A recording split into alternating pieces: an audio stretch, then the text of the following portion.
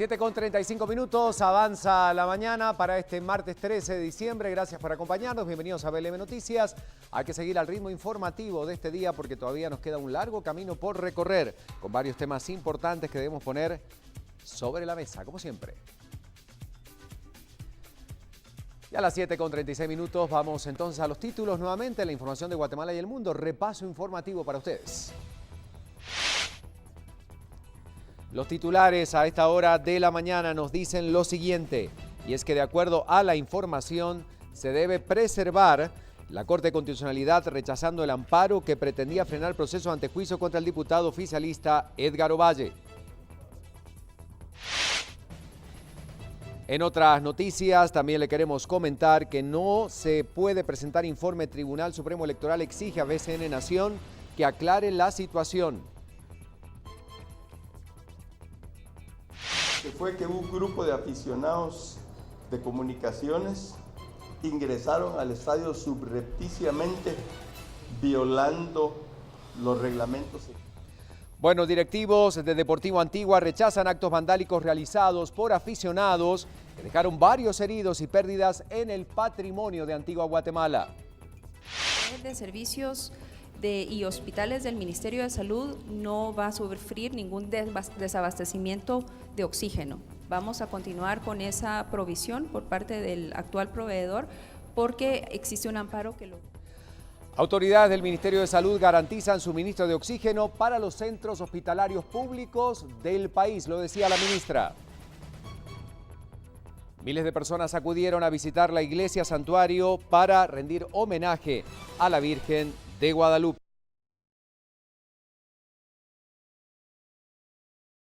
Noticias internacionales. Muchas personas acudieron al funeral de las personas fallecidas en el atentado en El Cairo.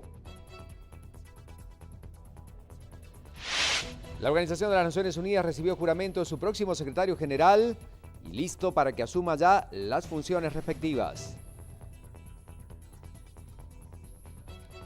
Son algunos de los títulos más importantes que tenemos a esta hora de la mañana, como el clima, que también es noticia, y Lorraine nos cuenta a continuación.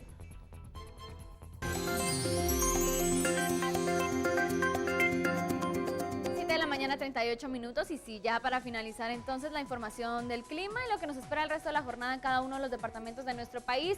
Verapaz, baja la temperatura a los 15-18 grados centígrados con posibilidades de lluvia tanto para Alta Verapaz, Baja Verapaz y Chimaltenango. Continuamos este recorrido, nos trasladamos al norte de Guatemala, en Petén, donde las temperaturas pueden llegar a los 30 grados centígrados con mínimas de 17 y aparentemente estos 4 departamentos, Petén, El Progreso, Quiché y Escuintla, también presentan altas posibilidades de lluvia para el resto de la jornada. Nos quedamos en la ciudad capital y vemos sus temperaturas máximas y mínimas 24 y 13. Huehuetenango puede bajar la temperatura hasta los 8 grados centígrados con cielos parcialmente nublados. Nos quedamos en el occidente de Guatemala con Quetzaltenango, con temperaturas que bajan a los 10 grados centígrados, máximas de 19 y posibilidades de lluvia también para estos 4 departamentos, incluyendo Retaluleu y Zacatepeques. En el occidente de Guatemala, con San Marcos y Sololá, temperaturas que bajan a los 10-11 grados centígrados, máximas de 17 y 21. Santa Rosa con 23-15 y Suchitepeques con 28-19. Concluimos entonces esta información con Totonicapán y Zacapa. Totonicapán presenta temperaturas que pueden bajar hasta los 8 grados centígrados, máximas de 17 y Zacapa con 27-17. De esta manera concluimos entonces con la información del clima, el panorama, cómo se presenta para el resto de la jornada. Azúcar de Guatemala, desarrollo para todos, presentó.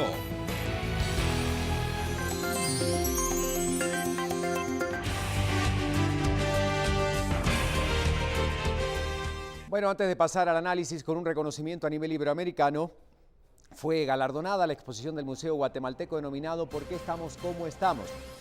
Este está ubicado en la zona 1 capitalina. El premio se brinda por educar en buenas prácticas y decir no a la discriminación. Desde el año 2009 se encuentra en Guatemala la exposición interactiva ¿Por qué estamos como estamos? Y precisamente me encuentro acá en las instalaciones de FEGUA, que es donde está ubicada esta exposición que fue acreedora de un premio a nivel iberoamericano. Pero si quieren saber por qué fue galardonada esta exposición guatemalteca, acompáñenme. Nosotros participamos en un concurso que convocó Ibermuseos. Ibermuseos es una entidad intergubernamental que tiene presencia en los 22 países de Iberoamérica. Esto incluye América Latina, Portugal y España. Y ellos año con año convocan a participar a distintos museos de la región para obtener el premio por buenas prácticas educativas en museos. Nosotros concursamos en la categoría 1, en la que fueron premiados 3 lugares, fuimos al tercer lugar. Y además en la categoría 2 ellos premian a 5 proyectos a los que les dan fondos para poder ejecutarse. Al final, en el año 2016 participaron 167 proyectos, de los cuales nosotros obtuvimos el tercer lugar en la categoría 1, como dije. Y si usted quiere saber por qué estamos como estamos y cambiar algunas actitudes, puede visitar este museo que se encuentra en la bodega número 1 de Fegua, a la par del Museo del Ferrocarril.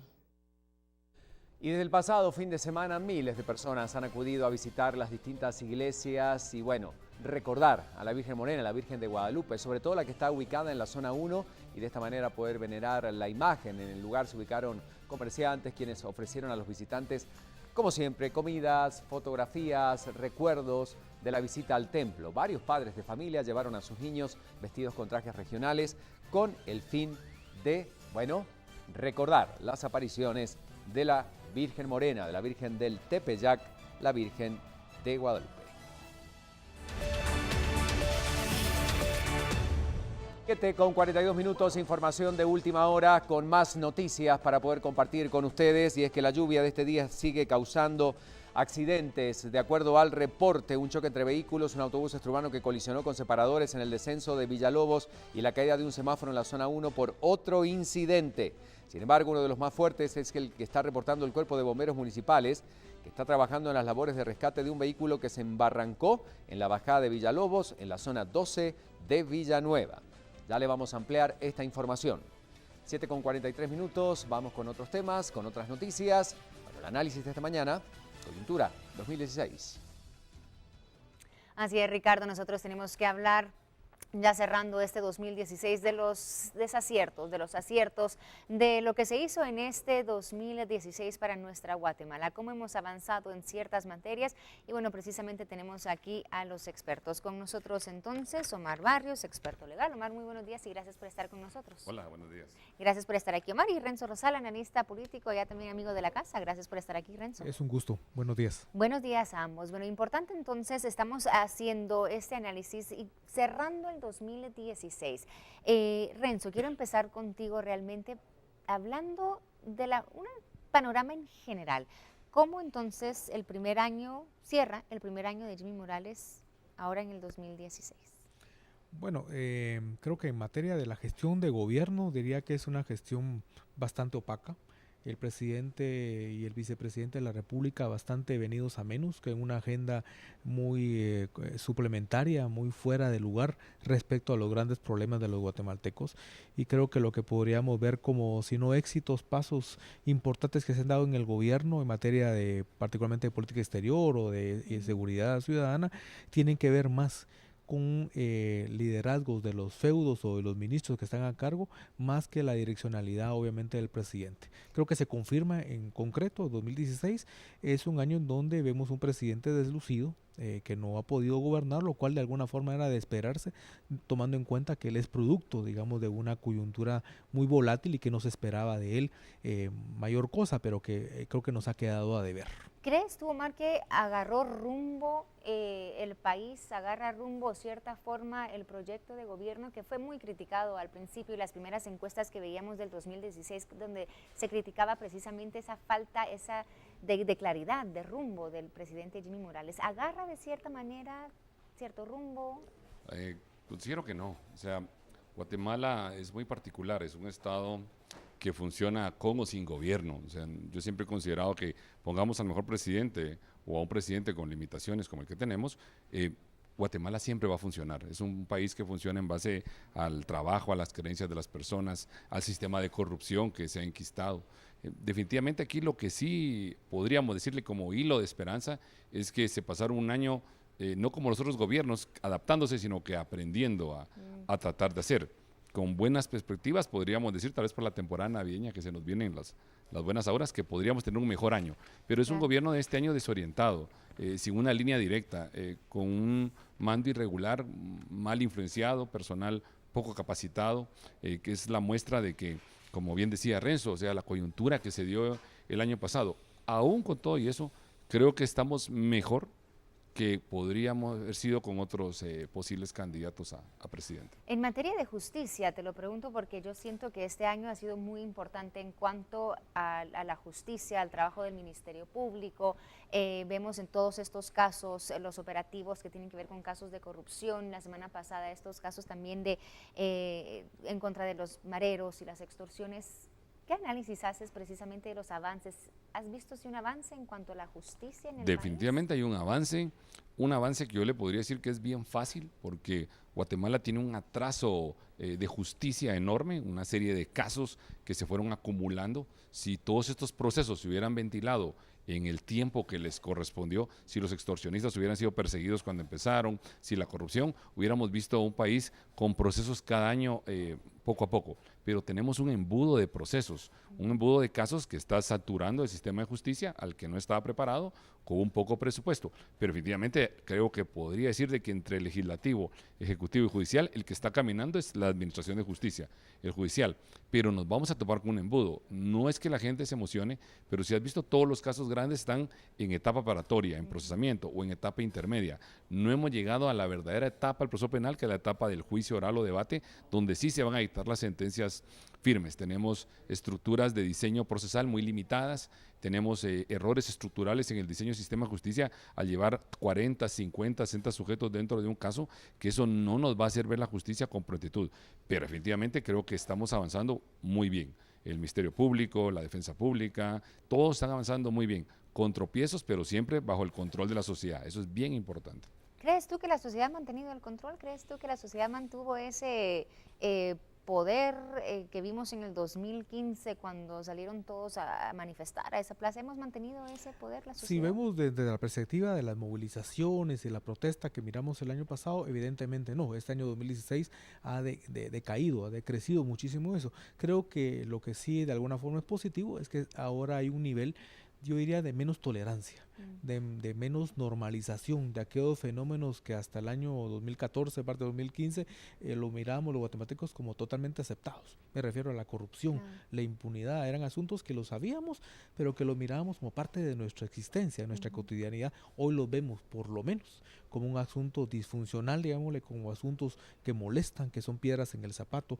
y que por lo tanto crean, por lo menos si uno lo ve en términos de la conversación cotidiana en las redes sociales, vemos que tenemos digamos, hoy vivimos un proceso de ciudadanía al menos un poquito menos, de menos aceptabilidad de lo que miramos. Por supuesto que eso es todavía bastante embrionario, es decir, se debería de combinar con otra vez la vuelta a movilizaciones, con también ejercer mayor capacidad de auditoría social para que podamos ser realmente una sociedad, yo diría, menos tolerante, que yo creo que tenemos todavía rasgos bastante crónicos de tolerancia que tendríamos que ir demarcando. En resumen, diría que el 2015 y el 2016 han ido marcando ciertos acentos, pero que deberían de tener continuidad. En cuanto al Congreso, Renzo, ¿cómo vemos y calificamos el trabajo que han realizado los congresistas? Bueno, yo he considerado que el Congreso, yo lo digo que son como un movimiento como tres platos distintos o a tres velocidades distintas. El primer cuatrimestre del 2016 de mucha intensidad. Es decir, vimos desde el inicio de la presidencia del diputado Mario Taracena un proceso de meter el pie en el pedal bastante fuerte, que llevó a cabo la aprobación de muchísimos decretos, leyes, reformas, inclusive reformas a la ley electoral de partidos políticos, procesos de transparencia al interior del organismo legislativo positivos. La segunda parte, que estamos hablando de los siguientes 3-4 meses, estamos hablando de que esa agenda, ese ímpetu se fue deteniendo. Y la parte final del año, en términos del inicio de lo que denomino la agenda regresiva, que tiene que ver con la designación de la nueva Junta Directiva del año 2017 sujeta a una serie de cuestionamientos que creo yo que dan como resultado la presión que tendrá el diputado Óscar Chinchilla en su presidencia, que creo que va a ser algo fundamental. El oficialismo otra vez vuelve por sus fueros y retoma ciertos espacios que el diputado Taracena los había dejado fuera, digamos. Creo que la discusión del presupuesto 2017 es otro punto ahí. Y por supuesto la discusión finalmente de la propuesta, o el inicio de la discusión de la propuesta de reformas constitucionales en materia de justicia, que es otro punto con el cual iniciaremos el año 2017. Así que en resumen diría que es un organismo donde se quiso meter una velocidad y un cambio vertiginoso, pero que no aguantó esas mismas condiciones, y ahora vemos las posibilidades, no de retroceder, hay muchas cosas que no se pueden retroceder, pero sí de disminuir ese ímpetu. De ir frenando lo que vimos a inicios del año. Sí, ciertamente hemos notado el cambio, de hecho, como mencionas, de inicio de año, ahora finales. Bueno, Omar, para ir ya resumiendo, ¿cómo ves los desafíos del 2017? ¿Cuál es ese enfoque que debe darle el Ejecutivo, el Legislativo, también en materia judicial? ¿Qué enfoque le damos a nuestra Guatemala para el 2017? Y las prioridades. Claro, sí, mi preocupación más grande sería el Legislativo, el Congreso. Tenemos un Congreso ahorita inestable, donde se había tomado un impulso, como bien citaba Renzo, se han detenido algunas acciones, pero también se está realizando un equilibrio, porque tal vez no todo fue exitoso. A veces ciertas coyunturas nos las quieren presentar como que son éxitos para la transparencia, y no todo necesariamente es así. Yo sigo teniendo mis serias reservas en cuanto a las reformas constitucionales y a cómo han actuado nuestros partidos políticos en esa coyuntura, en esa disciplina de solo ir a firmar una iniciativa 55 y que se presente como que fuera un éxito del Congreso cuando ni siquiera la habían leído. Un Congreso que tiene que retomarse muy adentro en las comisiones, de chequear más a las comisiones de trabajo, que no funcionen como entes extorsionistas de la función pública, sino que realmente cumplan esa finalidad, y que las personas aprendamos a que el Congreso no es solo en sí, es solo el Pleno. Verlos todos juntos. Realmente la fortaleza más grande del Congreso son las comisiones de trabajo, el trabajo que hacen también los bloques legislativos, ver hacia dónde van todos esos resultados de controles que efectúan. En cuanto al Ejecutivo, pues que fortalezcamos al presidente de la República, tiene mucho personal incompetente que no le ha hecho avanzar a las premisas que debería llegar. Hay mucha normativa que se emitió, como la ley de contrataciones, que fue una muy mala contrarreformas y después contrarreforma de las reformas.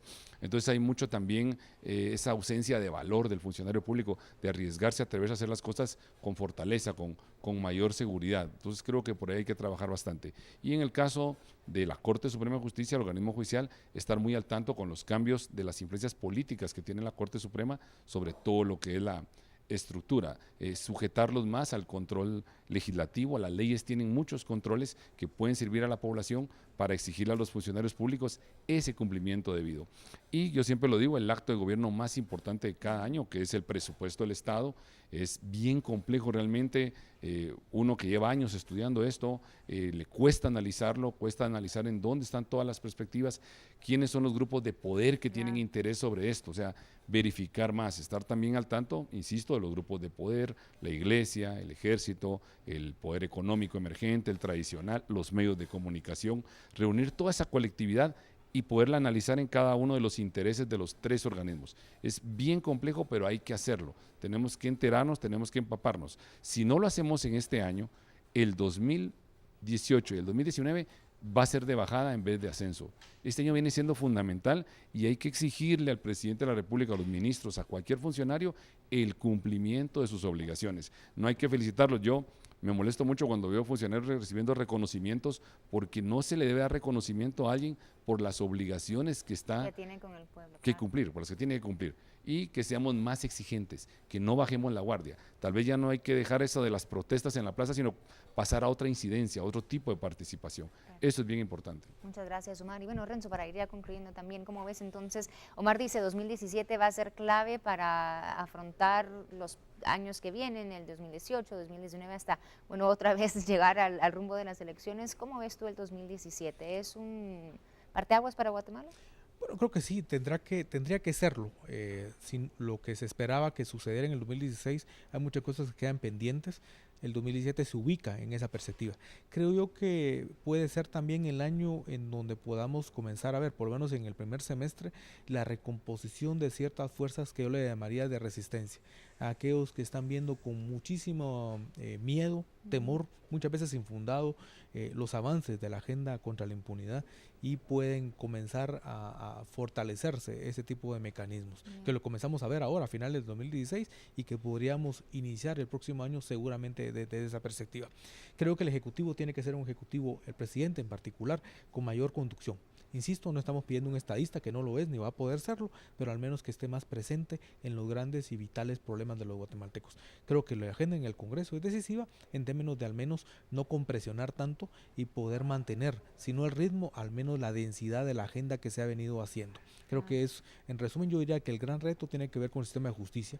Creo yo que el hecho de que no tengamos en este momento definitivas sanciones contra todos los implicados en los casos de corrupción es preocupante. Creo que hay ahí un cierto aletargamiento, un cierto estancamiento que miraría que debería de ser como el énfasis hacia de los tres organismos. Creo que el sistema judicial es el que debería de fortalecer más su presencia, no solo su presencia, sino la necesidad de agilizar la aplicación de la justicia el próximo año. Claro, porque dicen que en la tardanza está el peligro, ¿verdad? Y todo lo que tenemos al día de hoy puede ser reversible, y eso me parece que es absolutamente preocupante. Perfecto, muchísimas gracias a ambos por haber estado con nosotros esta mañana analizando aquí brevemente la coyuntura de Guatemala y lo que viene para el 2017, todos esos retos que tiene nuestro país, el Ejecutivo y claro, las distintas dependencias aquí en nuestra Guatemala. Tenemos que seguir con más este día.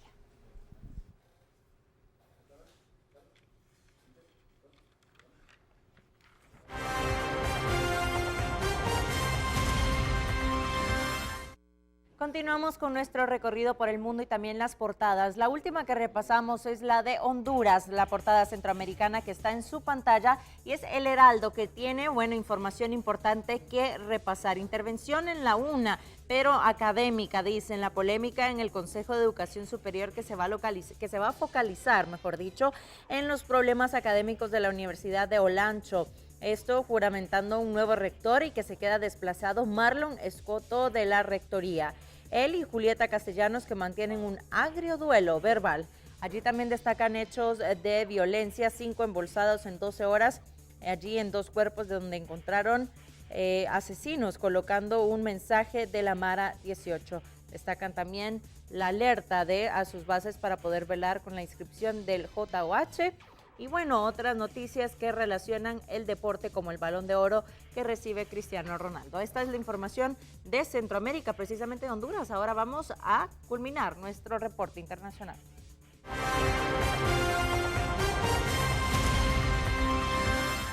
Las fuerzas gubernamentales sirias tomaron un importante sector del sureste de Alepo, esto con lo cual pasaron a controlar un 90% de las zonas que se hallaban en manos rebeldes. Nuevo avance de las fuerzas del gobierno sirio en Alepo. El lunes tomaron un importante sector del sureste de la ciudad, con lo cual pasaron a controlar un 90% de las zonas que se encontraban en manos rebeldes. Así lo anunció el Observatorio Sirio de Derechos Humanos. La segunda ciudad del país y antigua capital económica siria, Alepo, estaba dividida desde 2012 entre el este, controlado por los rebeldes, y el oeste, por el gobierno de Bashar al-Assad. Pero en menos de un mes una ofensiva del ejército, respaldado por combatientes de Irán y el Hezbollah libanés, así como por intensos bombardeos sirios y rusos, expulsó a los rebeldes de buena parte del territorio que controlaban. Según el observatorio, en las últimas 24 horas, más de 10.000 civiles escaparon de los barrios rebeldes hacia las zonas bajo control del gobierno. Estas imágenes difundidas por Rusia muestran, según el Ministerio de Defensa de ese país, civiles que intentan alcanzar las zonas controladas por el gobierno. Unos 150.000 civiles han escapado de los barrios rebeldes desde el 15 de noviembre. El conflicto ha provocado en 5 años el desplazamiento interno o hacia el exterior de la mitad de la población siria.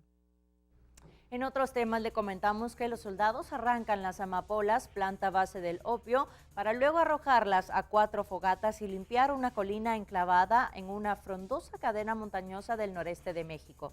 Esta es una tarea agotadora, más si se trata de, si se toma en cuenta de que en cuanto se marchen, los lugareños volverán a plantar más plantas. De eso es la batalla en que se libra México contra la plantación de la amapola. Aquí tenemos los detalles y el repaso de esta noticia.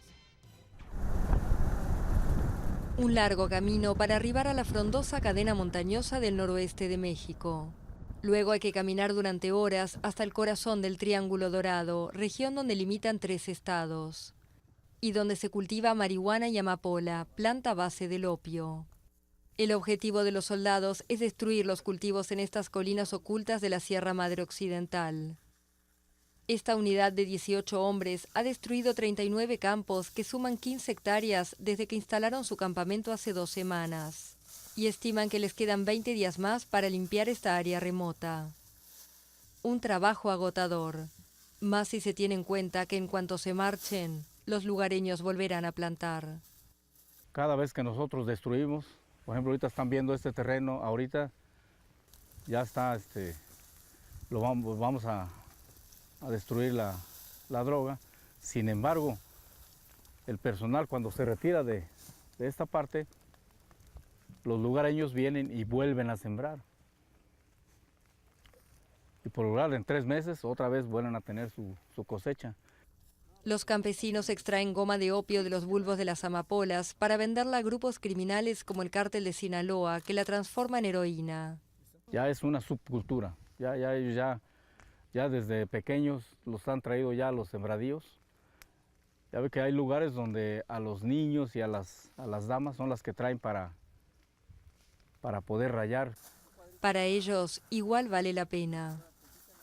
Pues sí vale la pena porque quienes más se fijan en nuestra labor son las personas pequeñas, niños, jóvenes que están en una edad de decidir si seguir estudiando, si dedicarse a este tipo de actividades. El domingo se cumplieron 10 años desde que el gobierno mexicano lanzó un operativo militar contra los cárteles de la droga. Pero es una batalla cuesta arriba. Aunque las autoridades buscan además convencer a los campesinos para sembrar cultivos legales, siguen con las drogas porque es más redituable. 8:02 de la mañana, con esto concluimos nuestro repaso internacional. Más adelante compartimos las 5 noticias a tomar en cuenta esta mañana. Será después de la pausa.